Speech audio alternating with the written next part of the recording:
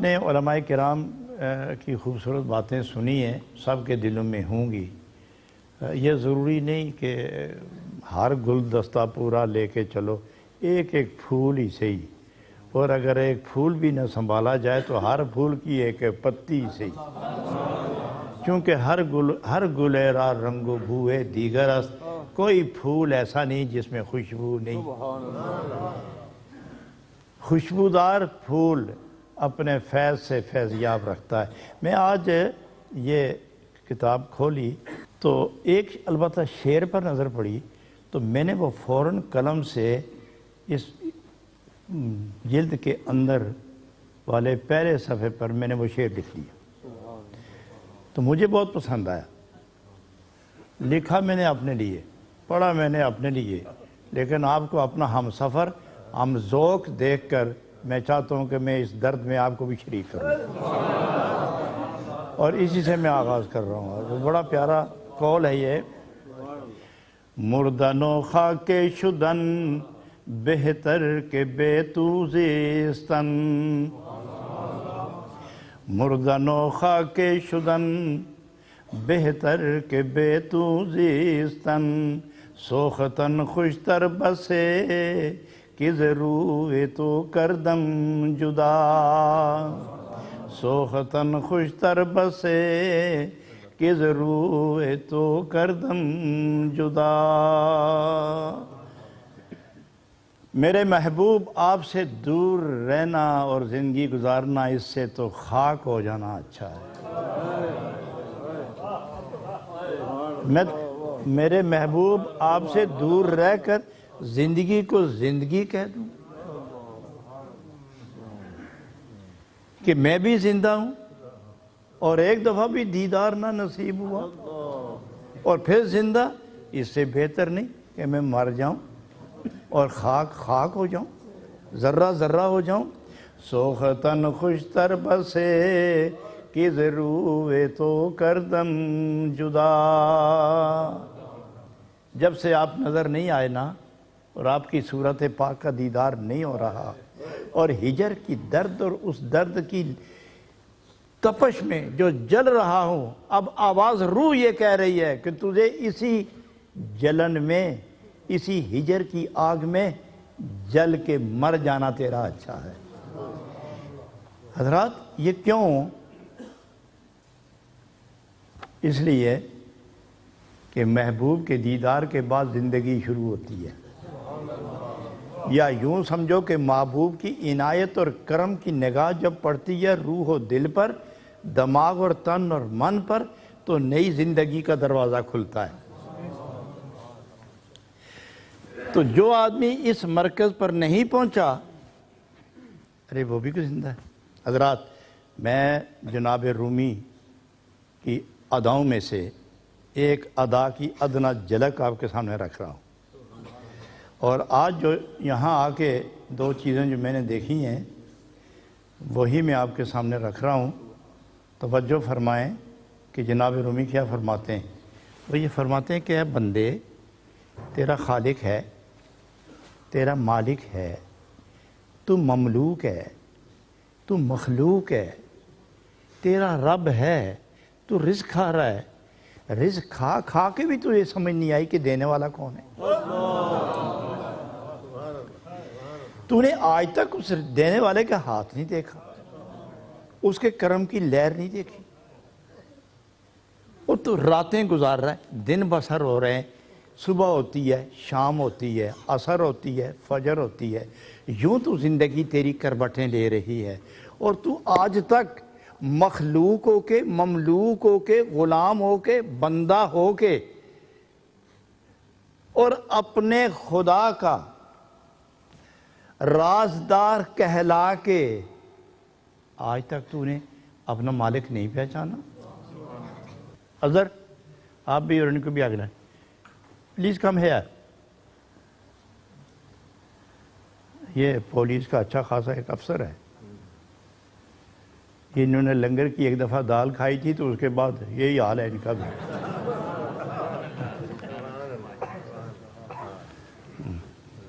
کو پتہ ہے میں کس گلی سے کدھر نکل گیا؟ اور آپ کہاں بچھڑ گئے؟ کوئی یاد ہے میں نے کہا؟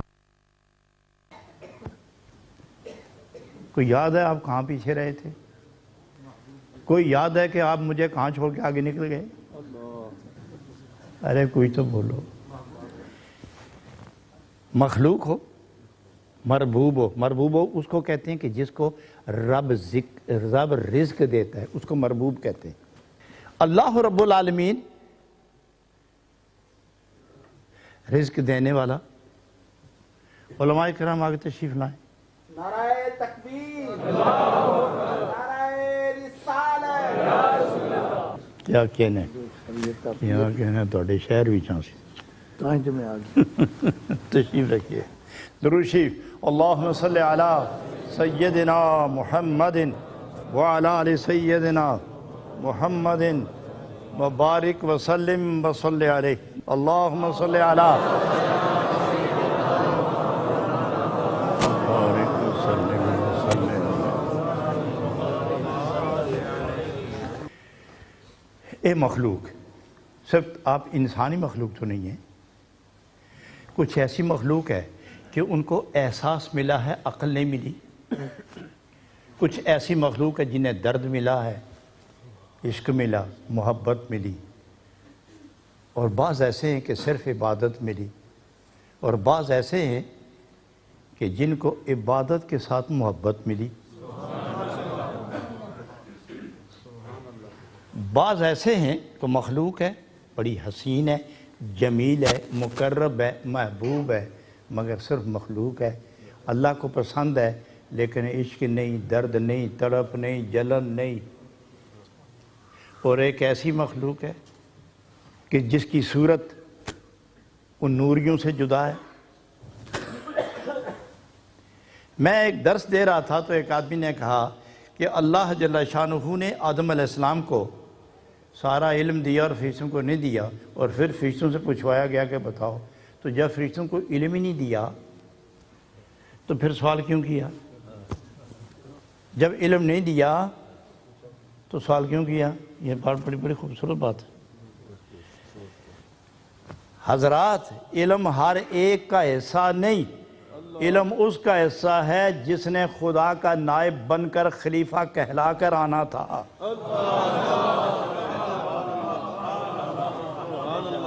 بات سمجھے؟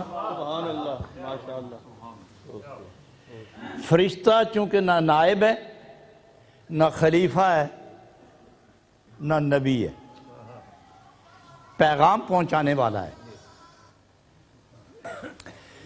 تو جس مخلوق کو رب نے نائب بنایا اسی کو مسجود بھی بنایا۔ اور سجدہ کیوں کروایا؟ دوسرا سوال، سجدہ کیوں کروایا؟ اس لیے کہ آپ نے اعتراض کیا تھا۔ اعتراض کے بعد ان کو بتایا کہ اس کا مقام کیا ہوگا، اس مقام کی فضیلت، عظمت اور علو مرتبت دکھانے کے بعد فرمایا کہ اس اعتراض کی اب معافی کی شکل یہی ہے کہ اس کو سجدہ کرو۔ تو گویا انسان اور انسانوں میں نبی، نبیوں میں رسول، یہ خدا کے مقرب اور نائب، یہ علم لے کر آئے اور انہوں نے پیغام دیا۔ پیغام محبت، فرشتہ کتنا عظیم، کتنی عظیم نشانی ہے خدا کی، مگر عشق و الفت نہیں، درد محبت نہیں ہے، درد محبت نہیں، یہ ذوق نہیں، یہ آنسو نہیں۔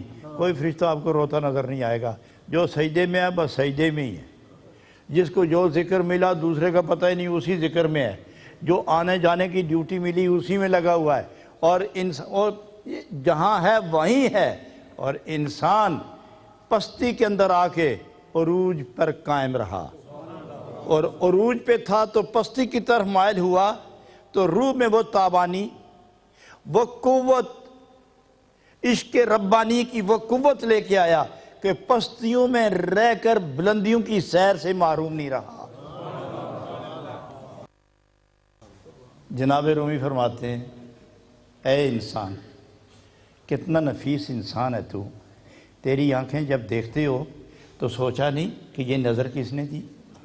جب سوچتے ہو تو پھر خیال نہیں کرتے کہ یہ قوت سوچ کی کس نے دی؟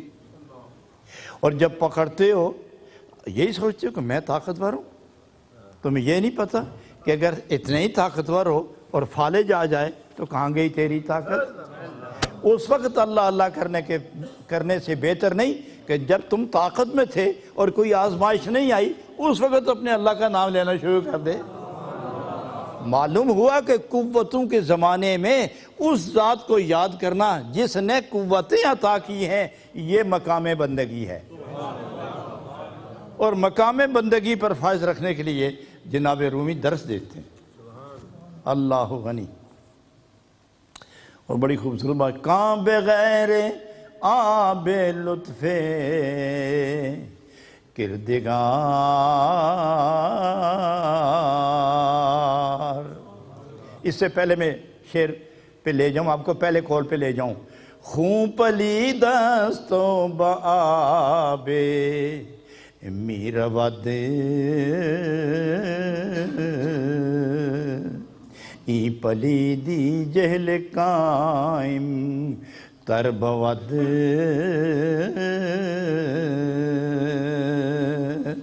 غور کیا انسان تو نے؟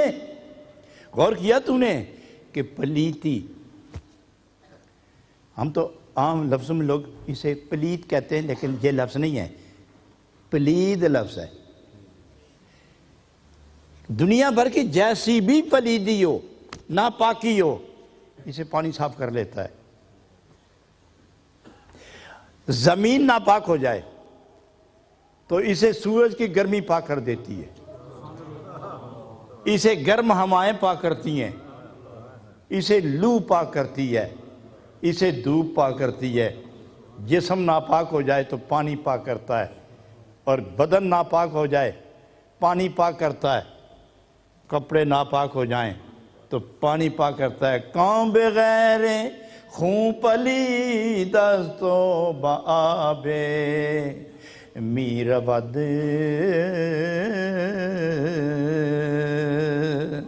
فرمایا خون پلید ہے لیکن پانی سے صاف ہوتا ہے۔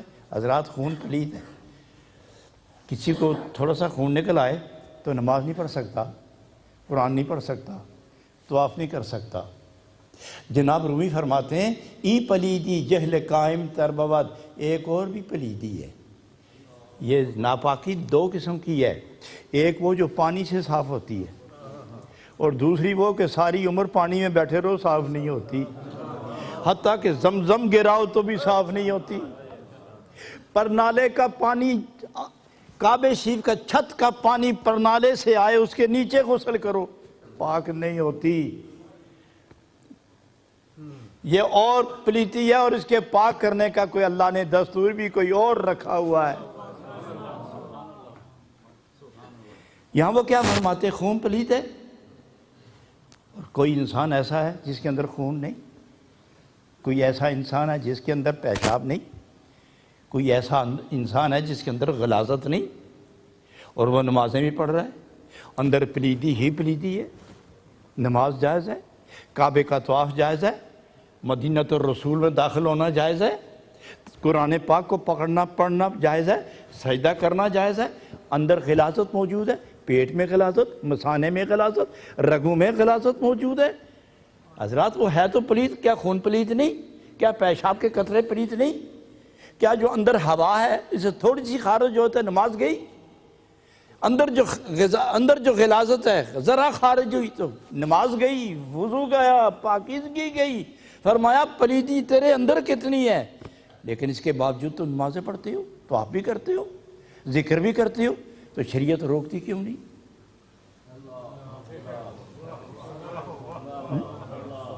شریعت کیوں نہیں روکتی؟ بلکہ شریعت کہتی ہے پڑھو۔ اگر شریعت کہتی ہے پڑھو تو طریقت کیوں نہیں خوش ہوتی؟ شریعت کہتی ہے جائز ہے، اور طریقت کہتی ہے اے شریعت میں تیری تابع، میں تیرا فیض، میں تیرا نور، میں تیری عطا، میں تیری برکت، میں تیرے وسیلے سے وجود ہے، لیکن تیرے حکم پر راضی، تیرے حکم پر سر تو رکھ دیا ہے، خوش نہیں ہوں۔ یہ نازک مسئلے میں لے گئے ہوں آپ کو، بس موٹی بات آسان یہ سمجھو کہ یہ سب غلاظتیں اندر موجود ہیں، ناپاک ہیں، پلید ہیں، تو پھر نماز کیوں جائز ہے؟ مختصر سا جواب سنیے حضرات، ہر شے اپنی حد کے اندر ہو تو حکم بدلتا ہے، اور جب حد سے خارج ہو جائے نکلے تو حکم بدلتا ہے، قانون بدلتا ہے۔ حکم یہ ہے کہ اندر محفوظ ہے تو حکمن پاک ہے، اس لیے کہ بندے تیری حقیقت پاک ہے، تیری سرشت پاک ہے، تیری ذات ناپاک نہیں، تو ہے نے پاک ہے، تیرے اندر یہ چیز جمع ہوئی ہے، لیکن اس پر پردہ ہے تیری بشریت کا، تیرے پردے کے اندر جو چیز ہے حد کے اندر ہے، جب یہ حد سے نکلے گی تو یہ ناپاک ہو جائے گی۔ پیشاب جب تک نکلا نہیں حکمی پاک، غلاظت نکلی نہیں حکمن پاک، خون نکلا نہیں حکمن پاک، ہوا نکلی نہیں حکمن پاک، جب اپنی حد سے نکلے گی تو پھر ناپاک ہی نہیں بلکہ جس بندے سے خارج ہوگی اس کو بھی ناپاک بنا دیتی ہے۔ اس کو جناب رومی بیان کرنے کے بعد فرماتے ہیں کہ جب غلاظت حد کے اندر رہے تو حکمن پاک ہے، تو اے بندے تو بھی حد کے اندر رہ تاکہ تو بھی پاک ہی رہے۔ نہیں سمجھے میری بات؟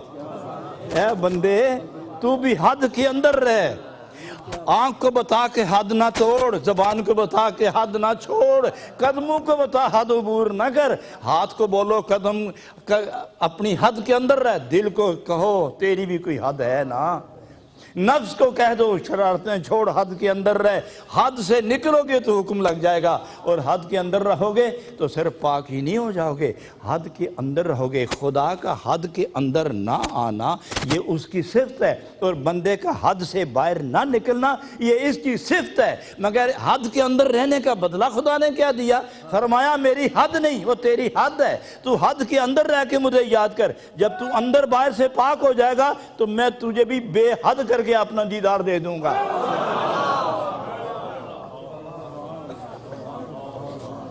حضرات آئی کو بات خیال میں کیا؟ خون پلی دستوں بآبے میرود ای پلی دی جہل قائم تربود، لیکن یہ دنیا کی پلیدی خون ہے، پیشاب ہے، غلاظت ہے، ہوا ہے، یہ دنیا کی غذا سے آتی ہے، تو وہ جو اصل اندر بیماری روح کو دل کو برباد کرتی ہے وہ اس کی غذا کیا ہے؟ وہ پلیدی کیسے آئی؟ میں اس کے لیے غذا کی ضرورت نہیں، اس کے لیے شیطان کی دوستی کام کر جاتی ہے، کہ جس دل پر شیطان کے اثرات مرتب و ناپاک کر دیتا ہے اس کو دور کرنے کا کیا طریقہ ہے؟ اللہ غنی۔ حضرات آگے چل کے جناب رومی فرماتے ہیں کہ غار میں چوہے داخل ہو جائیں تو اس کو دو چیزیں نکالتی ہیں۔ غار میں چوہے داخل ہو جائیں نا تو اس کو دو چیزیں مارتی ہیں، اس کو یا پانی یا آگ۔ آگ جلاؤ نا تو آگ کا اصول یہ ہے کہ ہر طرف شعلے تو نہیں جاتے لیکن دھواں ہر غار میں چلا جاتا ہے، دھواں ہر غار میں جاتا ہے، تو چوہا اور دھواں ان کی دوستی نہیں، لہذا چوہے کو نکالنا ہو تو دھواں آگ جلاؤ، آگ سے جو دھواں نکلے گا وہ سوراخ میں جائے گا تو دھوئیں سے اس کا دم گھٹے گا، مرے گا یا کسی دوسرے غار سے باہر نکلے گا لیکن علاقہ خالی ہو جائے گا۔ ارے تمہارے اندر بھی ایک چوہا داخل ہو گیا جس کا نام ابلیس ہے، اب اس کے اندر عشق رسول کی آگ جلاؤ، عشق رسول کی آگ جلاؤ، یہ عشق رسول کی تپش کو کہیں گھسنے ٹھہرنے نہیں دے گی، پکڑ کے باہر نکال دے گی۔ تو اس لیے فرمایا ای پلیدی جہل قائم تر بود، جتنا بھی وہ پلیدی اندر جمع ہو جائے عشق رسول کی چنگاریاں تلاش کر کے اس کو باہر نکالتی ہیں۔ تلاش کر کر کے باہر نکالتی ہیں۔ اچھا ایک حدیث پاک سنو، علماء ذیشان تشریف فرمائے، بڑی مزدار حدیث سناتا ہوں کہ سنا ہے، محدثین نے اس حدیث کو روایت کیا ہے اور وہ بیان فرماتے ہیں کہ جہاں مؤذن اذان دے تو جہاں تک آواز جاتی ہے مؤذن کی، اذان جو منہ سے نکلتی ہے وہ بھاگتا رہتا ہے۔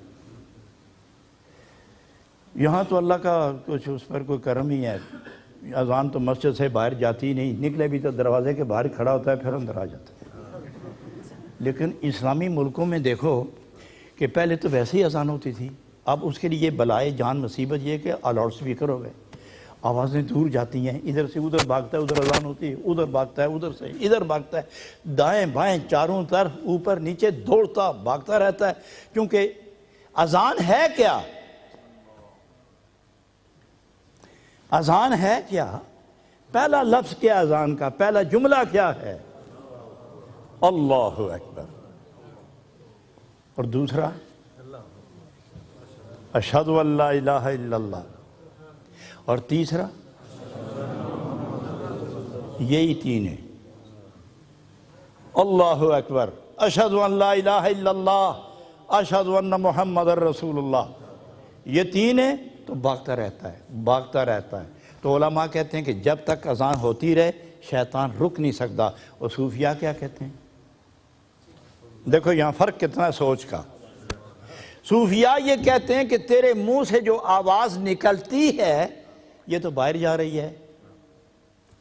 اللہ زور سے کہا، آواز باہر نکل گئی تو وہ تو چلا گیا، اور جب یہ آواز ختم ہوئی تو وہ واپس آ جاتا ہے۔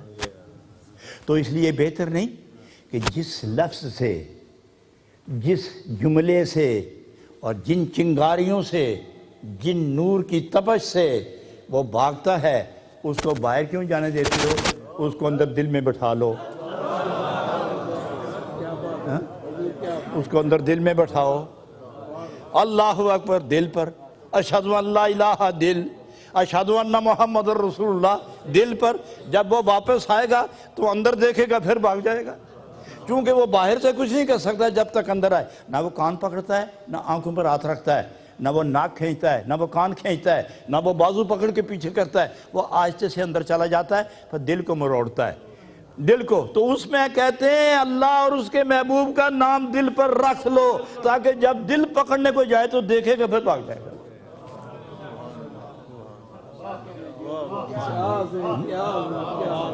حضرات گرامی، اور اسی کو جناب رومی ایک قدم آپ کو اور آگے لے جانا چاہتے ہیں۔ سنیے وہ کیا ارشاد فرماتے ہیں۔ ارشاد ہے، در سجودت کاش رو گردانیے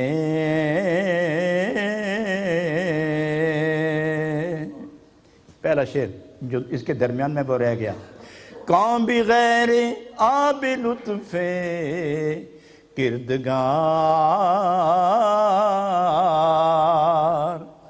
کم نہ گردد از درون مرد کار۔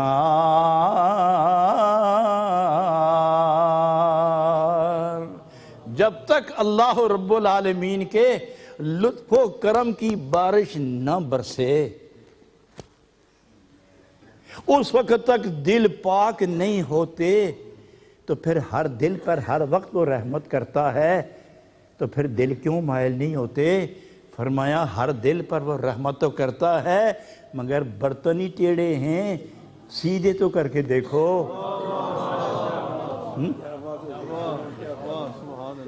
برتن ہی ٹیڑھے ہیں، سیدھے تو کر کے دیکھو۔ موسم برسات میں بارشیں برسیں اور ایک دیگچا، ایک ہنڈیا، ایک کوزہ، ایک گلاس الٹا کر دو، ایک مہینہ بارش برستی رہے، پانی جل تھل ہو جائے علاقہ، لیکن اس کو جب برتن کو سیدھا کرو گے تو وہ اندر سے خشکی ہوگا۔ اس نے کرم کرنے میں تو دیر نہیں کی، تو نہیں برتن سیدھا نہیں کیا۔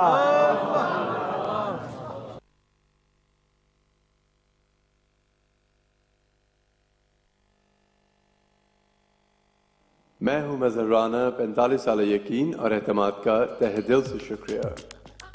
آج کل ہر انسان بے حد مصروف ہے، لیکن خیال رہے کہ ان مصروفیات میں آپ کی صحت متاثر نہ ہو۔ دنیا تیئی رائے حق کی اس درویش کا جو با اتفاق صاحب سے آگے کھڑا ہو گیا ہے۔ حضرات وہ یہ فرماتے ہیں کہ جب سجدے میں گئے تو امام پڑھتا ہے امام پڑھتا ہے سبحان ربی الاعلیٰ، سبحان ربی الاعلیٰ، مقتدی پڑھتے ہیں سبحان ربی الاعلیٰ۔ ہم پوچھتے ہیں آپ سے کہ جب ساری نماز امام پر اعتبار کرتے ہو تو سجدے میں تسبیح کیوں پڑھتے ہو؟ اب یہاں خاموش کیوں نہیں رہتے؟ اور پھر امام سے پوچھو، ارے مولانا جب ہم نے کہہ دیا کہ پیچھے امام صاحب کے اللہ اکبر، تو آپ سجدے میں یوں کیوں نہیں کہتے سبحان ربنا الاعلیٰ، سبحان ربنا الاعلیٰ؟ ہمارا رب، چونکہ سپوکس مین ہے آپ، تو آپ سب کی طرف سے جب ترجمانی کرتے ہیں تو یہ کیوں کہتے ہیں میرا رب؟ یہ کیوں نہیں کہتے ہیں ہمارا رب؟ کیوں نہیں کہتے؟ مولوی بخیل بھی تو نہیں، یہ امام کنجوس بھی تو نہیں، قانون ہی ایسا ہے کہ اپنا اپنا پڑھو، سبحان ربی میرا میرا میرا میرا۔ کیوں؟ اہل عشق جواب دیتے ہیں، اہل قرب و محبت اور رازدار لوگ، رازدان جانتے ہیں، وہ جواب دیتے ہیں کہ یہ صرف عبادت نہیں، انتہائی محبت بھی ہے۔ یہ صرف عبادت نہیں، انتہائی محبت بھی ہے۔ جہاں عبادت اور محبت کی انتہا ہوتی ہے وہ سجدہ ہے اور مقام قرب ہے۔ اور جب عاشق معشوق کے دروازے پر پہنچیں اور دروازہ کھلنے والا ہو تو سب کی نظر ادھر لگی رہتی ہے اور ہر ایک بولتا ہے میرا یار میرا یار میرا یار، کیونکہ محبت میں شرک ممکن ہی نہیں، محبت دوئی پسند ہی نہیں، محبت واحد، محب بھی واحد اور محبوب بھی واحد۔ فرمایا صیغہ واحد کا استعمال کرو، چونکہ محبت کسی دوسرے کو قبول کرتی ہی نہیں۔ اب تم محبت کی انتہا پر ہو، اب ملاقات کے لیے دروازہ کھلنے والا ہے تو ہر ایک بولتا ہے میرا رب میرا رب میرا رب میرا رب، تو جس کی بولی اس کو پسند آئی اس کو دیدار عطا کر دے گا۔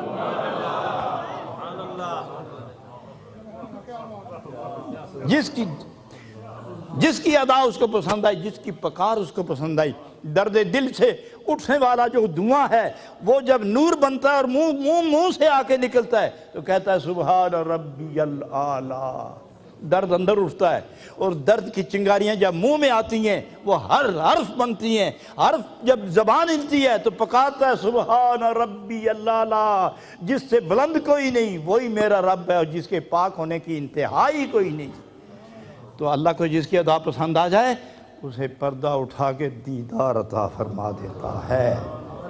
تو اس لیے فرما دیں در سجودت کا شروع گردانیے، ہائے افسوس کہ جب سجدے میں جاؤ تو دل بھی اسی طرف لے جاؤ، خیال بھی اسی طرف لے جاؤ، فکر بھی اسی طرف لے جاؤ، جس کا ذکر کرتے ہو فکر بھی اس کا کرو۔ حضرات آپ کا اور جناب رومی کا لفظ فکر کا ترجمہ جدا جدا ہے۔ میں آپ کو کہوں گا ارے صوفی صاحب، ارے مولانا، ارے میرے یار، اے چودھری صاحب، اے صوفی جی، اے حاجی صاحب، خیر ہوے گی فکر نہیں کرو، فکر نہیں کرو۔ اور صوفیہ کیا کہتے ہیں؟ وہ بندہ ہی نہیں جو فکر نہ کرے۔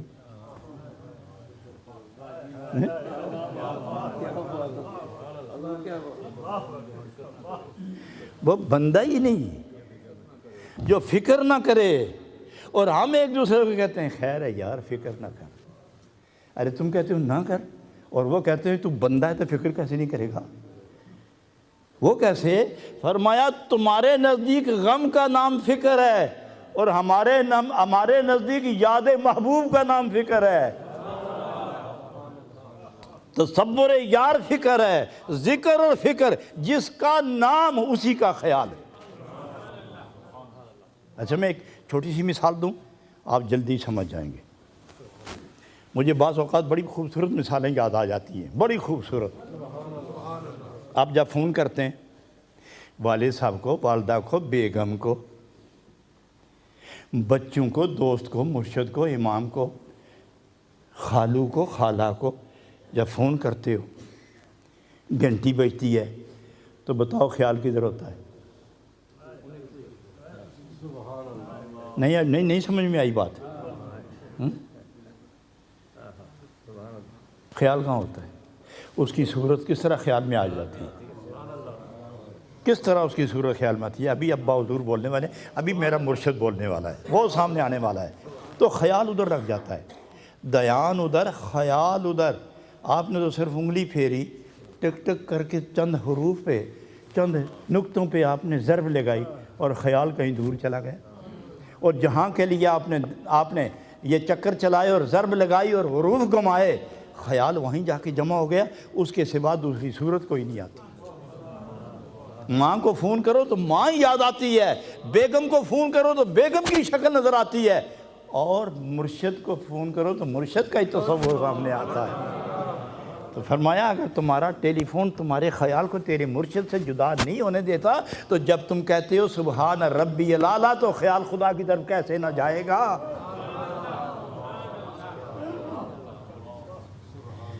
در سجودت کا شروع گردانیے، معنی سبحان ربی دانیے۔ حضرات اگر آگے میں نے قدم بڑھایا تو آدھ گھنٹہ اور لگ جائے گا۔ میرا خیال ہے کہ یہ چوری تھوڑی کھانی چاہیے، اور اندازے سے زیادہ ہو جائے تو موسم ٹھیک نہ ہو تو قے ہو جاتی ہے۔ یہ آزمائی ہوئی بات ہے، پوچھو حکماء سے، پوچھو حکیموں ڈاکٹروں سے، پوچھو موسم ہو سرد، سمجھے، اور کھاؤ چوری اچھی خالص گھی کی، اور پیٹ بھر کے کھاؤ تو تھوڑی دیر کے بعد کیا ہو جائے گی؟ تو فرمایا تھوڑی کھایا کرو تاکہ معدہ قبول کر لے۔ میرا خیال ہے چوری کافی ہو گئی ہے۔ اور ایک بات اور بھی یاد رکھو، خالص لڈو بنا ہوا ہو ٹیڑھا ہی صحیح،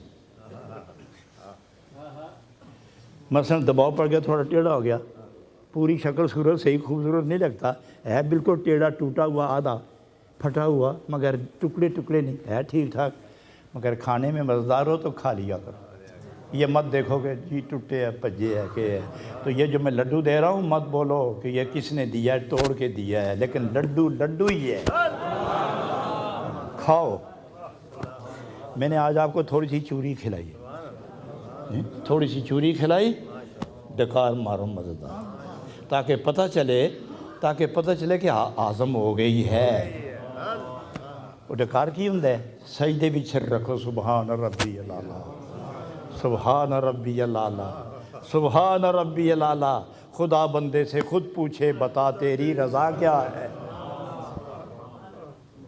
یہ ہے وہ آج کا درس مثنوی، درس محبت، کہ بندے اور خدا کے درمیان تعلق اور رابطہ کیا ہے۔ وہی بندہ ہے جو اپنے مالک کو جس نے پہچان لیا ہے۔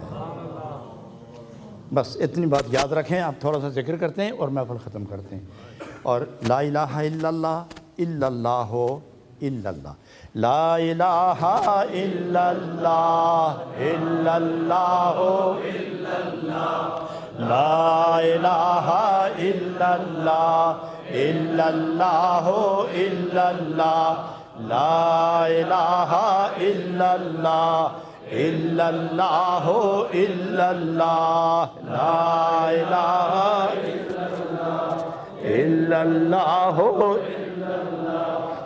لا الہ الا اللہ الا اللہ الا اللہ، لا الہ الا اللہ الا اللہ الا اللہ، لا الہ الا اللہ الا اللہ الا اللہ، لا الہ الا اللہ الا اللہ الا اللہ، لا الہ الا اللہ الا اللہ الا اللہ، لا الہ الا اللہ الا اللہ الا اللہ، لا الہ الا اللہ الا اللہ الا اللہ، لا الہ الا اللہ الا اللہ الا اللہ، لا الہ الا اللہ الا اللہ